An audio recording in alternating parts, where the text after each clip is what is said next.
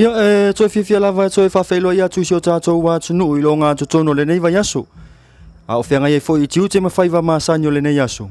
O si mai alfa fonga se tasi le nei o fa o poponga wa tato tala mai Samoa. Mai le tau tua le Loabay mo le nei yaso Lulu.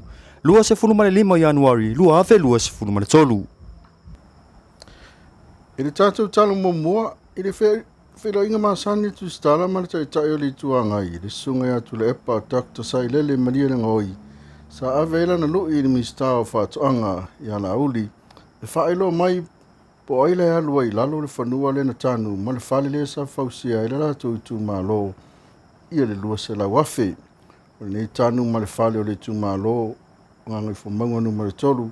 E o vatu ma le lua se la wafe le tupe na faa luai. O le mafuanga lea o le lui tu la epa. Sa unua tu la epa o mo na fale li pocha la tu malo. Le whaonga ina o le lātou lua se la wafe, sa saunua fwoi tu lepa, masalo na o lātou wa ie whaili poti, a o mista whai pule o le fast, e le ini li poti. Saunua tu lepa o le lātou lua se la wafe, sa tutongi e le lisi o le maoto o le kalesia ali tu malo, whātou tonga i le ofisa, ma tutongi e le komiti. Sa whai lo fwoi tu lepa, o isi mista whai pule o le fast, o lo whai ala wa lātou ofisa i o lātou lava whale mawhanua, Rona winga e alu umai le tanga le mista marfai pule al fast ia tupe o le lisi. O lisi o tatu tala o le sole sa whaelo aid pa u whaipitoa seio o pasese ale company valele ale Chester i New Zealand. O le pa u whaipitoa e mo malanga lava i tono New Zealand domestic. O le pa u whaipitoa amata mai le luasu riva tala mo le malanga one way. O le amata ina le pa u whaipitoa le aso atai au. Ai whai wina i last tos fulu Januari. E watu ia Julai lo ngā tonu September i le tausanga i nei i aso na whai o ne malanga i le nei whaapitoa. E tau sia ia e ini pāsese whaapea i le vāo New Zealand ma Samoa. E po Samoa fo i ma American Samoa i le lumanai. E ora tātou tanu muli i le whaatanoanga le taitai o le tuangai le sunga ia tu le epa takta sai lele manile ngoi ma le TV tasi. Sa fisiringi ai so na finangalo e winga i sao noanga animista o tupe na fionga ia mulipola ana rosa mulio. O lo tele a tupe le malo, ma o lo ia tupe. Pe tai sa sao notu la epa e longo fia lava ua leini tupe le malo e le tongi le overtime a launi ma ponesi a tangata whainga luenga ane malo. O le tongi a fui ai tālafu le malo i company.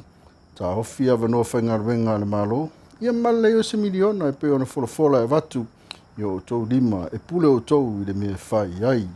Sa fisiringia foi tula epa i le tangu tāo le soifanga. Sa tari tula epa e tere au wala e fisosoani ai le tau o le soifanga.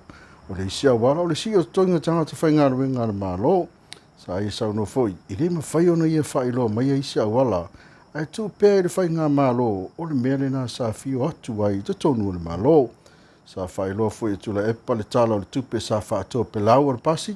E tasi ele aso na tala noa ai, ma pasi ai ia. Aere a vere komite o tupe su ea, e peo tula fono tu mau an maota. Sa noa tula epa, a whai e whaatoa pelau o le pasi le tala o le tupe, rono winga e iei whainga pi o ro o iai. Wale a vere ai le komite o tupe ma le treasury, e la tau te su eina au ili. Ia whai o tfo ia tātou pū le tino le nei aso. Inisi o tonga o saunoanga mai le awhionga le taitai o le tu o lo angai le malo. Le sunga ia tula epa, takta sa ile le malie le ngoi. I se tua o i o le ofet, e i se tua o i o le ai a te tau o le tangata e peirana whai unga e aru, whainga ruenga whawai taini, ma le nofo i polo a inga le malo e nofo. Le moia. Le se kuao.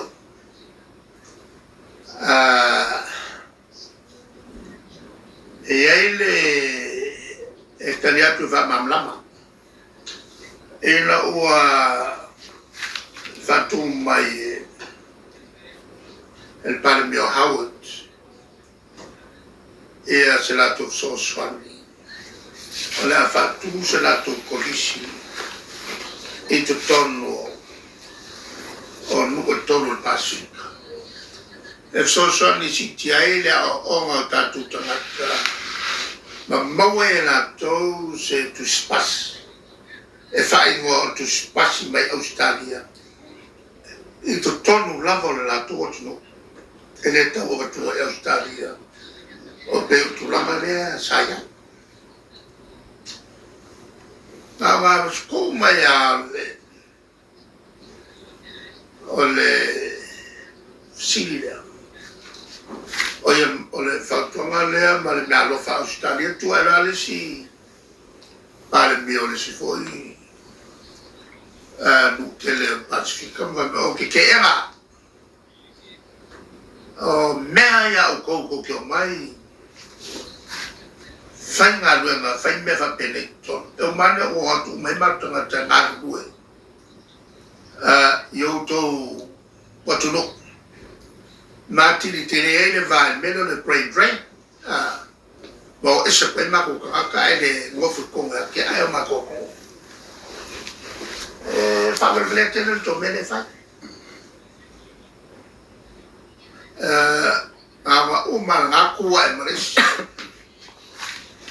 awe koe le renga ngā o ke tiro koe a Howard o manga wangaba Howard Wika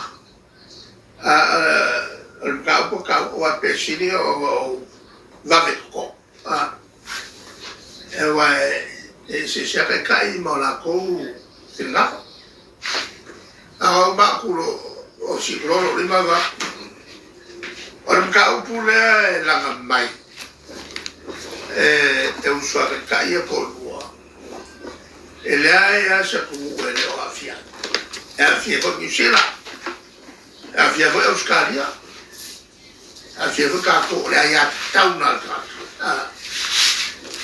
ai e a foi ele ka afia tato ahora omale ka o que le vai sa vai a foi ko ko palama na ye sa ko ale loko le omale ole ambo vai ni si palama se rosfo ele fa più le ambo un po' rosfo ma e o mai ngalo se furu ala ko ya si se furu e fa wo vinga e Lalu engkau pulang. Ya nak kau kene. Engkau mau mendengar kau mau fi. Bakau kene kau kaya kaya le kau engkau mau fo kau mula. Ni kau fi ngan melo ifa. Oi follow bale se fulu lima le kau koi. Oi follow sau lora mana umar kau le kau kau. Lalan bela kai mi kongo ale fai fongole ai un malore fausio fai fonga fai go telefone no fa ya pa fa ku nga e ka ko wa o ma o ka kai ke sa no masaka na sa wa ba i ku se pe ya se me ule no ka pe na i ka ko a ba kai no ka ko wa o nga le fai mo e pitisi le ko kele ya wa fe ma ya Samoa ua pasi mai. O ela le fai la ko fari nga kai mai i le basi. E fa oi la tu wa. O le kulanga la lo sini se kwa. E fai a mo ka kala. E le fa pe o umaka. E a ka ka mo. E ka ka mo o fa. Mela nga ka mo. Ka ka fa. Ngan ba lo fai e fai ala ko ia ko pasi ai le ka ka fio ka sei bako ya bela le ku ya waf o fi ka usanga ka fi ala mele fai o fai ni i fo ya la sula kwa o ka fa ole fai nga ne ma ole fai me kolo mea ma ki le nga le fai ki ia ngatu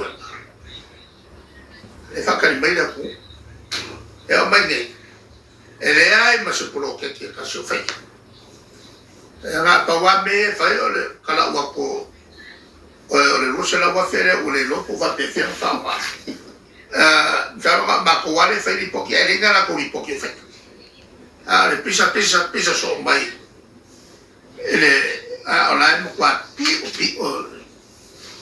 ia miska ya la o fa no miska la e li sia ia men ma ku ya wa la ko ai fa mai ele ko ma ko fa yel mele o la vo o le ave release o ku pe release dem ave ma ko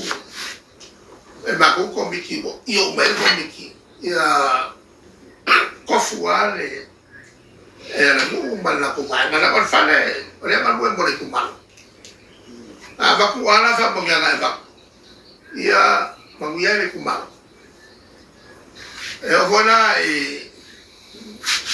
e la il fa ya fa le o le kalesia o la mo ya I ka ko e le pela fa le la fa ile fa le o miska ka pe o la pero ahora va ku ma me como la ka o le mo le pio ele ahora ma ka pe e lo kilo ka ke la ku me la fa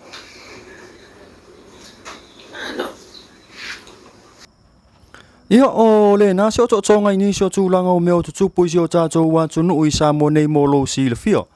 Mai le tau tua le Loabay Samoa, whaafetai tele le mafuta mai, tō whaasoi fua.